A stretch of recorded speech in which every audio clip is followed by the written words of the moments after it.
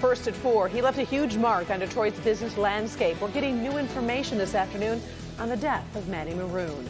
Protesters try to stop Detroit students from getting back into the classroom for summer school. Paula Tupman on this story. Hi, Karen. Yeah, 20% of students didn't make it back to school. However, school is back in session for a grand experiment. Ben? Paula, 80 degrees was a tough ask today, but the 90s just around the corner. Are we in for another week-long heat wave? We'll look at that right now. First at 4. Local 4 News starts now with a breaking news alert. First at 4, breaking news as Detroit's business community is shaken up this afternoon by the passing of Manny Maroon. He was the longtime owner of the Ambassador Bridge and once owned the old Michigan Central Station in Detroit's Corktown. Maroon was always colorful, sometimes controversial. He once spent time in jail for contempt of court. His son tells Local 4 Maroon passed away peacefully at home of congestive heart failure. Business editor Rod Maloney will have more on Maroon's impact on the city tonight at 5. Manny Maroon was 93 years old.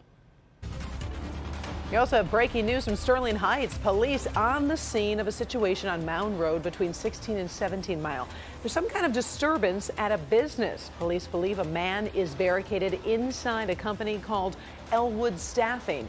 They tell us he walked into that business. Employees say he was acting strangely and wouldn't respond. They called police. The employees got out of the building.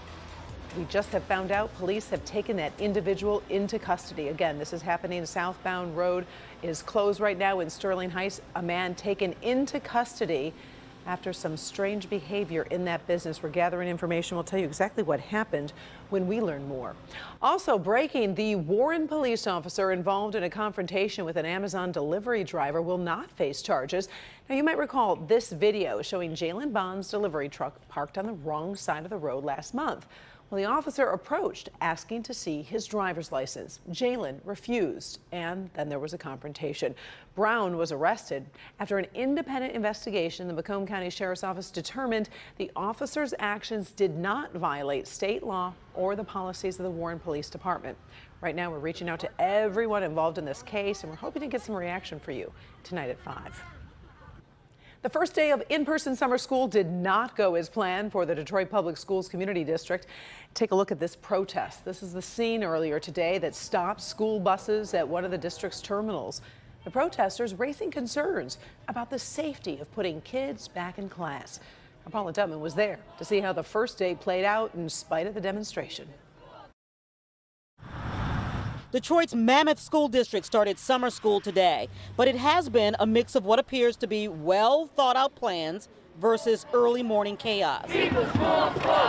The group By Any Means Necessary, in which there were some teachers and parents, blocked the school bus yard today, creating an interruption in transportation for disabled students. The Detroit Public Schools Community District says 20% of students who wanted to get to summer school and volunteered for face-to-face instruction literally missed the bus on the first day because of the protest actions. I don't think it's safe enough to enter the schools yet until we have more testing and contact tracing. Detroit is offering in-person summer school at 25 school facilities.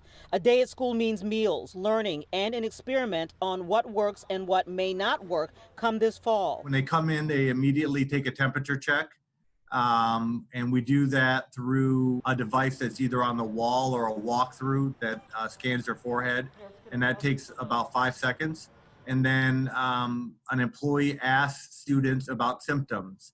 And if they respond no to all of them, then we allow them to come in the building. At Renaissance High School in Detroit, an incredibly orderly assembly for students. Move up. Good morning. Come on up. Good morning. Those who were not clear on social distancing were made aware very quickly. Young lady, you guys are too close back there. Those who were not already wearing masks were made to wear masks immediately. And the protocol just to get into schools this morning seemed to be working, though the culture shock of just how different school will really be set in. It's just shocking. It's just shocking because this is not how, high school is supposed to be, especially coming from the 8th grade. Like, this is crazy. Masks, you can't really see anyone's faces. You got to social distance.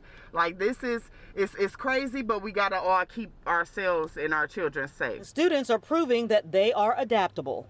It's a little weird because I'm social distancing, but have to stay safe. Is it a little unnerving also wearing masks and? No, I think it's just a good precaution to stay safe. And for a lot of our parents, they need us. Children aren't learning at home. Our children need structure. They need activities. They need goals. They need to interact with one another. And COVID is not going away. Well, right now, we're on a path to go back to school. And this is what that looks like. Yeah, you know what? Very few school districts are having in-person summer school. Of those that are, this is a grand experiment, and they'll know whether or not it's working in 10 to 14 days. Dr. Vitti says he'll allow me to check back in with him then to see exactly how this experiment is going. Listen, stay with us, Karen, because at 5 o'clock we're going to go back to that protest where 2 bus drivers quit on the spot.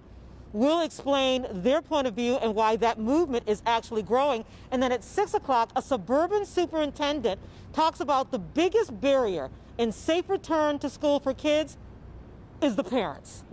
And that's at 6. So many moving parts to this very jagged puzzle piece.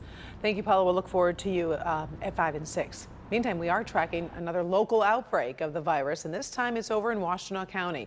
That county's health department has found at least 43 cases linked to a large house party in the Saline area. Most are among young people, ages 15 to 25.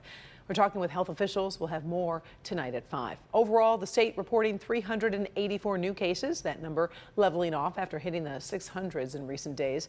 7 additional deaths have been reported. Meantime, research at the University of Michigan has found a drug that calms the overreacting immune system in critically ill COVID patients, can lower the risk of death 45%. Patients were also more likely to be out of the hospital or off a ventilator in 1 month after treatment. That research continues. Of course, we're following that closely. Governor Whitmer's face mask crackdown is now officially in effect. Businesses are required to deny entry or service to customers who don't wear face coverings in public indoor places. Coverings are also required in crowded outdoor spaces. Failure to comply could lead to a $500 fine. We've got crews spending time all around Metro Detroit today to see how things are going. We'll show you what they found when you join us in a little less than an hour. All right. Let's take a minute to visit the Local 4 weather office. This week feels really different from last, so let's bring in Ben to see what we've got coming up this evening. It sure feels better out there. Yes, much happier to have visitors here in the weather office today, Karen, compared to where we were last week when it was just all heat and humidity. But this is a big difference. Temperatures today barely got to 80 degrees officially at Metro Airport.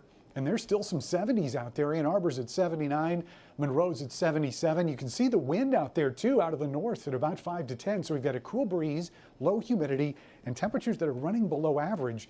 This is not the July that we have been used to, no doubt. Seasonably mild temperatures continue tomorrow. Heat returns though as we get into the middle part of this week. And then once those 90s take over, we're off to the races again. And again, what we've seen this summer, rain just hard to find. We'll look at one good chance in the 7-day forecast in just a few minutes. Karen? We'll look forward to it. Thank you, Ben.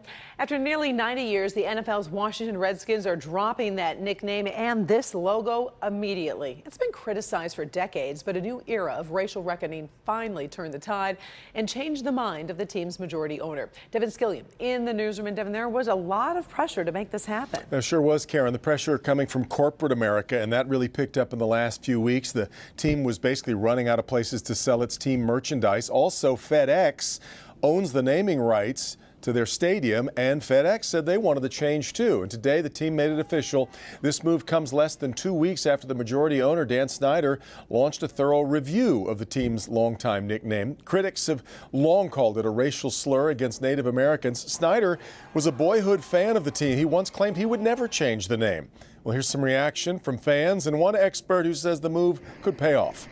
You think of Nike and what they did with Colin Kaepernick, and they took a stand there, right? Risky to a lot of people, but they took it, and their numbers rose after they took that stand. It's always been there, and I don't think it's right to change it. Probably best that they do change the name. One big question remains, though. The team has not announced what the new name will be. The team says Snyder and the head coach, Ron Rivera, who's new to the Redskins, by the way, working closely together to develop a new nickname and logo design for the team. A big change that has been a long time coming. We'll see what happens here. Karen, back to you. Long time coming indeed. All right. Thank you, Devin. Still ahead, first at 4, something new that could make a night home alone watching TV a little more romantic. Up first, China is making headlines with a devastating natural disaster, and it's also taking a swipe at the United States. Plus, a memorable moment from Kelly Preston's movie career as Hollywood reacts to her surprising death. Stay with us.